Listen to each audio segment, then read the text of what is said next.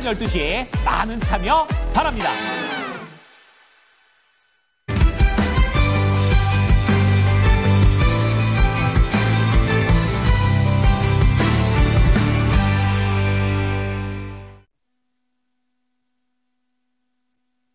시간입니다. 오늘은 타이탄 파트너스 윤여민 이사와 함께합니다. 네, 이사님 안녕하십니까? 네, 안녕하십니까? 네. 자, 그러면 윤여민 이사와 함께할 오늘의 주제부터 꺼내보도록 하겠습니다. 주제 띄워주시죠. 오늘의 주제입니다. 경기 불안 속 실적 시즌 전략, 안전지대는 AI 소프트웨어 N조선입니다.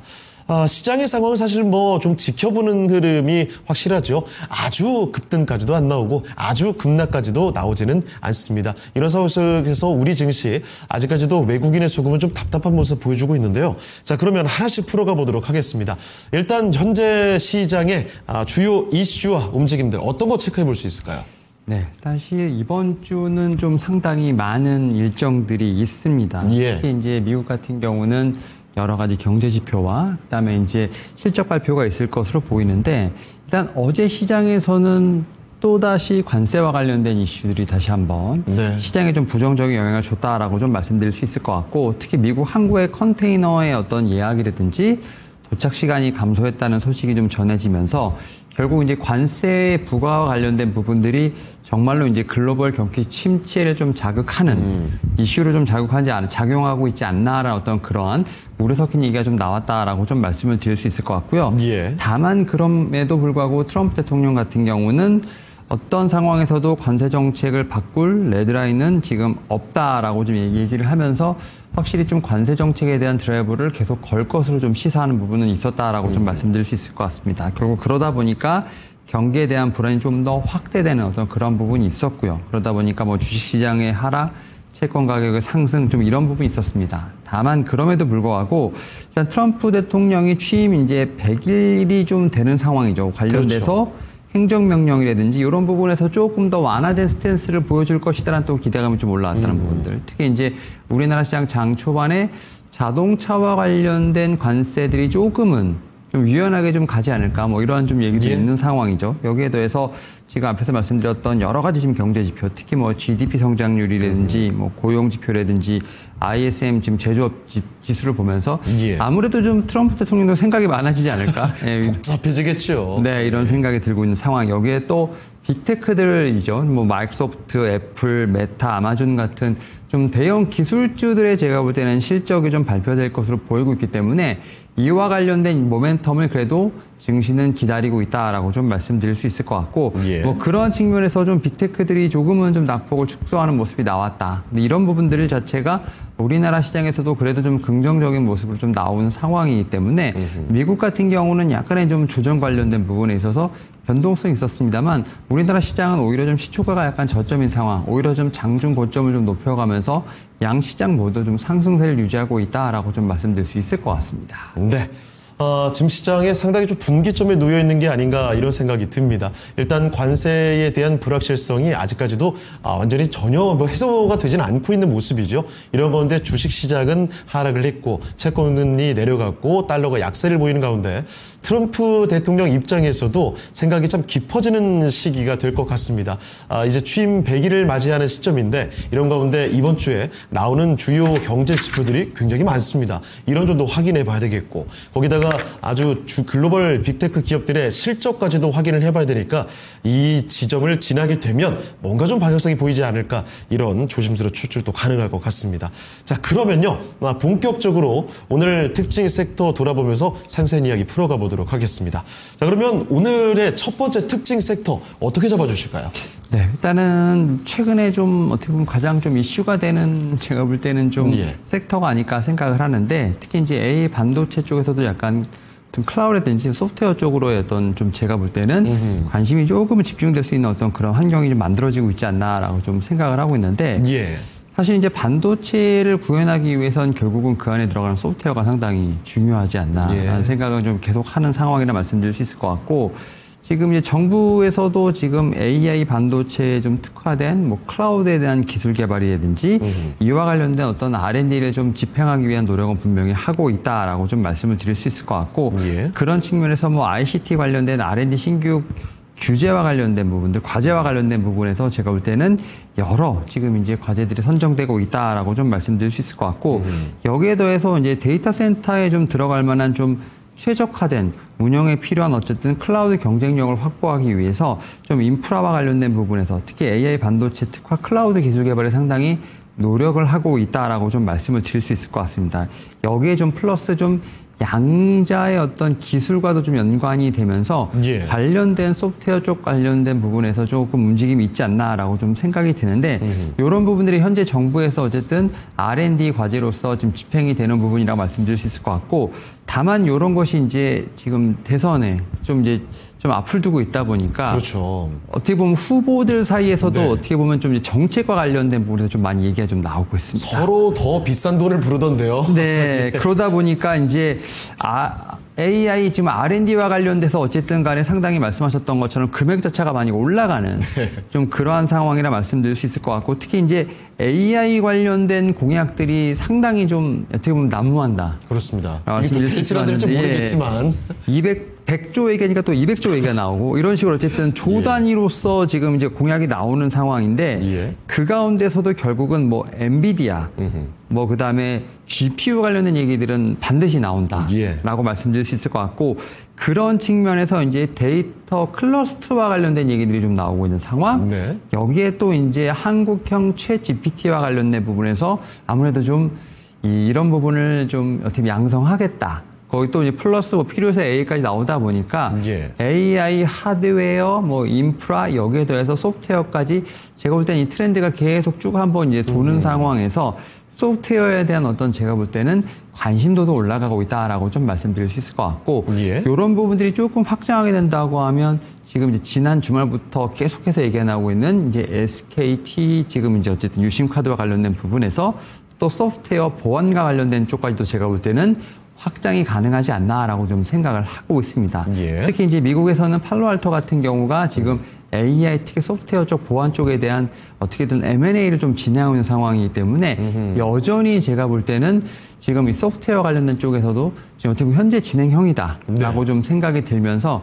이제 예전에는 좀 하드웨어 인프라 쪽에 대한 어떤 관심이 있었다면 확실히 좀 소프트웨어 쪽에 대한 어떤 관심이 좀 늘어나고 있는 상황에서 관련된 종목들에 대한 어떤 시세 혹은 뭐 이제 관심도 분명히 필요한 시점이 오지 않았나라고 좀 생각을 하고 있습니다. 그렇습니다. AI 소프트웨어 관련된 종목들의 주가 급등세 이전부터 사실 몇 차례 반복돼 왔던 일입니다. 자, 그런데 요즘 보면은 주요 대선 후보들이 여러 가지 공약들을 내놓으면서 분위기가 점차 달아오르고 있죠. 이전에 오르지 않았던 소외가 됐던 종목들도 다 급등세가 나오기도 하고요. 클라우드 관련된 종목들 묶어서 올리기도 하고 게다가 사이버 보안주들 특히 어제장 보면 아주 솟구치는 모습이 연출이 되는 모습들 나타납니다. 자, 이런 가운데 사실 AI 소프트웨어 관련된 종목이라고 하면 정말 많은 종목들이 스쳐 지나가거든요.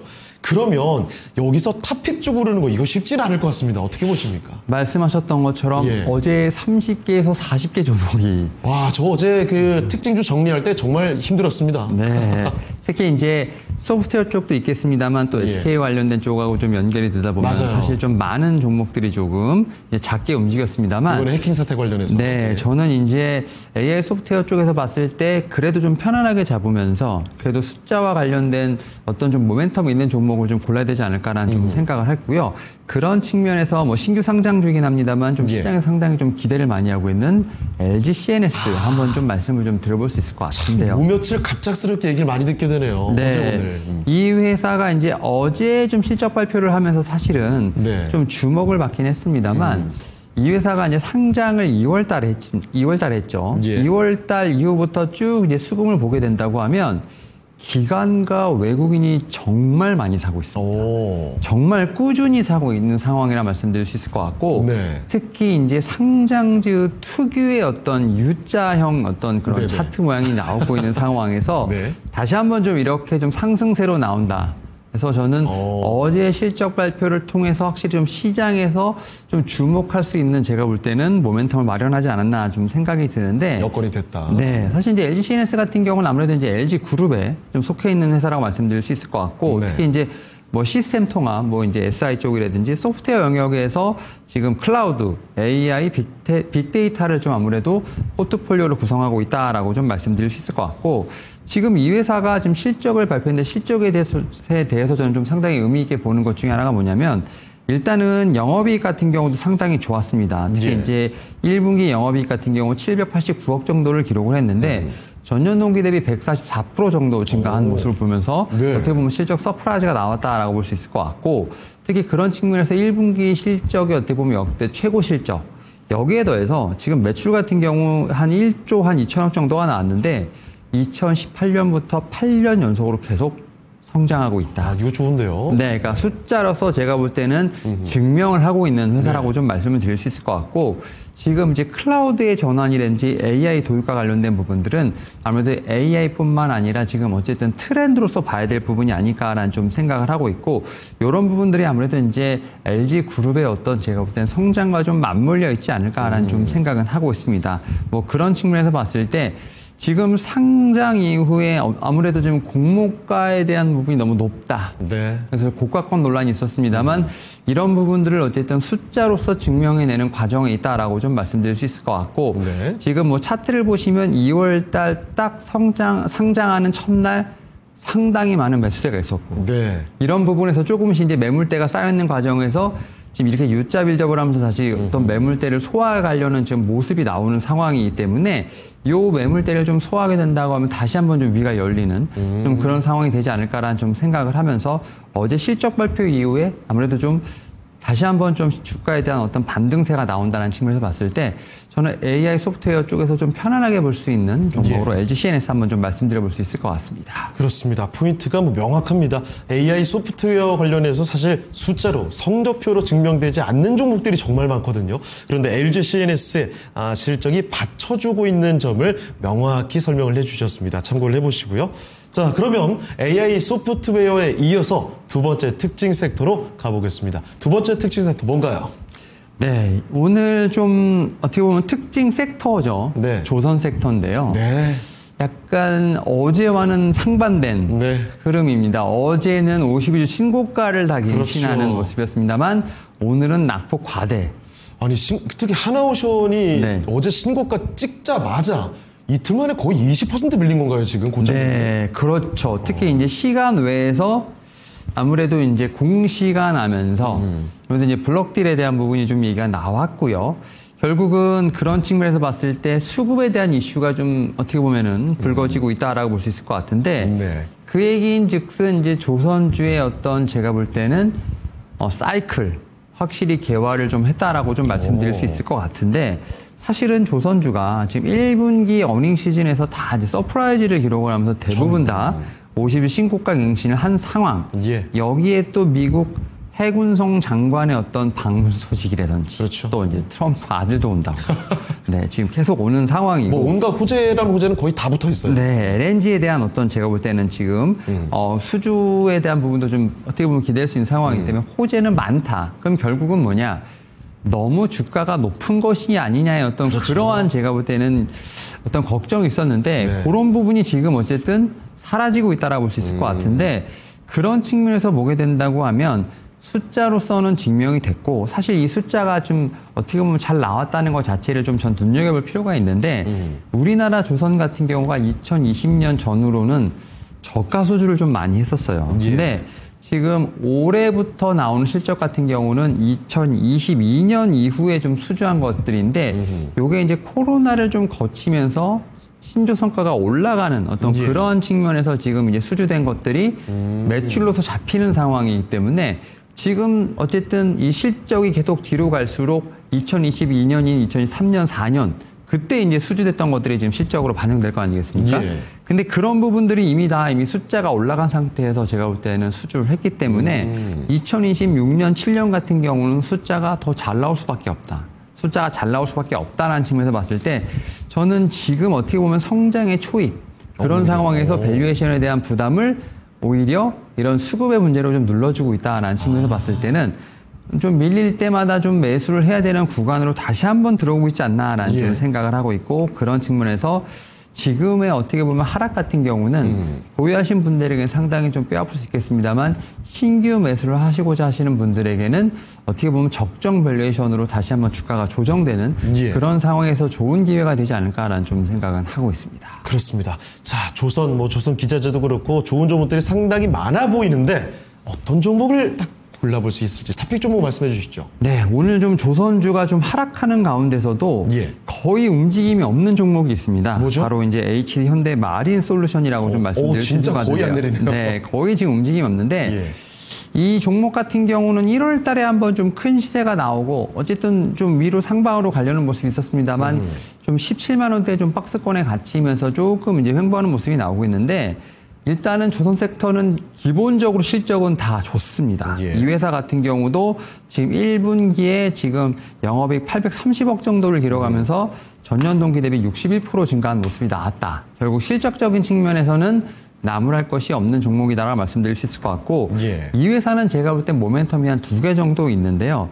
일단 이게 조선 섹터에서 봤을 때 좀 키워드 싸움을 하게 된다고 하면 다음 키워드가 되지 않을까 생각을 하는데 특히 이제 IMO 쪽에서 제가 볼 때는 이 탄소 배출과 관련된 쪽에서 규제를 좀 하겠다라는 얘기가 나온 상황이기 때문에 결국은 마린도 신재생과 관련된 부분에 연결이 되지 않을까라는 네. 좀 생각을 하고 있고 그런 측면에서 지금 조선사들 입장에서 봤을 때는 그런 어떻게 보면 탄소 배출과 관련된 부분에서 신재생과 관련된 연결된 어쨌든 배를 건조하는 데 있어서 어쨌든 배가 하루 만에 나오는 건 아니지 않습니까? 그렇습니다. 2, 3년이 걸리는 상황인데 걸려요. 그러면 지금 현재 배를 운영하고 있는 선사 입장에서 봤을 때는 기존에 있는 배를 고쳐 쓰던가 네. 아니면 그런 상황이 되는 상황에서 이 회사 같은 경우는 이제 애프터마켓이라고 하는 선박에 대한 부분들 이런 부분을 서비스하거나 수리하는 그런 쪽에서도 기술력이 있다라고 좀 말씀드릴 수 있을 것 같고 여기에 더해서 뭐 디지털 솔루션까지도 제가 볼 때는 보유하고 있는 상황이기 때문에 기존의 배를 만들던 그런 측면에서 좀 더 나아가서 이제는 애프터마켓 여기에 더해서 뭐 제가 볼 때는 좀 디지털 솔루션 수요까지 있게 된다고 하면 예. 다시 한번 좀 제가 볼 때는 관심을 받을 수 있는 종목이 되지 않을까라는 좀 생각은 하고 있습니다. 그렇습니다. 자, 이렇게 조선의 탑픽 종목까지 살펴드렸고요. 오늘 도움 말씀 주신 윤여민 이사는 아쉽지만 여기서 인사드리도록 하죠. 네, 이사님 오늘 말씀 고맙습니다. 네, 감사합니다. 자, 이렇게 해서 타이타파트러스 윤여민 이사와 함께 오늘 AI 소프트웨어 그리고 조선에 관련돼서 상세한 이야기를 나눠봤습니다. 이 내용들 기억해 주시면 좋겠고요. 자, 오늘 시장의 중심은 아쉽지만 여기서 인사드리도록 하죠. 지금까지 다양한 투자 판단에 대한 도움 말씀을 드렸습니다. 하지만 특정 종목의 상승과 하락을 보장하지 않는다는 점 꼭 기억을 해주시길 바라고요. 저희는 내일 이 시간에 다시 뵙겠습니다. 고맙습니다.